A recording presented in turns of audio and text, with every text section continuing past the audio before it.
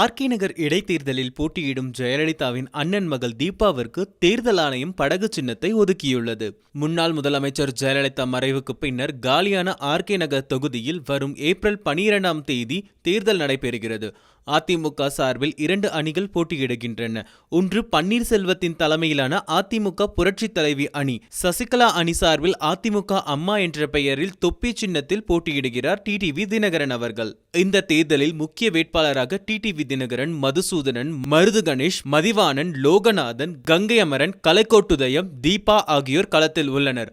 அதிமுக தொண்டர்களின் வாக்கு யாருக்கு அதிகமாக கிடைக்கும் என்பதே இரு அணியினரின் எதிர்பார்ப்பாக உள்ளது. கடந்த முறை ஜெயலலிதா வெற்றி பெற ஒன்றாக நின்றவர்கள் இம்முறை பிளந்துள்ளதால் வெற்றி வாய்ப்பு யாருக்கு என்பதை அதிக எதிர்பார்ப்பை ஏற்படுத்தியுள்ளது. கூடவே தீபாவும் அதிமுக தொண்டர்களின் வாக்குகளை பெற களத்தில் உள்ளார். முக்கிய வேட்பாளர்களுக்கு மாற்று வேட்பாளர்களாக மனு தாக்கல் செய்திருப்பவர்கள் இன்று வாபஸ் பெற்றனர்.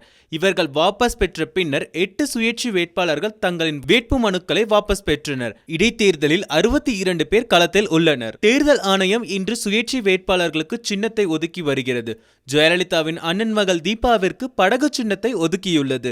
ஆர்கே நகர் தேர்தல் அதிகாரி பிரவீன் நாயர் இந்த சின்னத்தை தீபாவிற்கு ஒதுக்கியுள்ளார். ஜெயலலிதாவின் அண்ணன் மகளான தீபா இரட்டை இலையை மீட்பேன் என்று கூறி வந்தார். இப்பொழுது எம்ஜிஆர் அவர்களைப் போல் படகோட்டி மீனவ நண்பனாக ஆர்கே நகரில் போட்டியிடும் தீபாவிற்கு படகு சின்னத்தை ஒதுக்கியுள்ளது தேர்தல் ஆணையம்.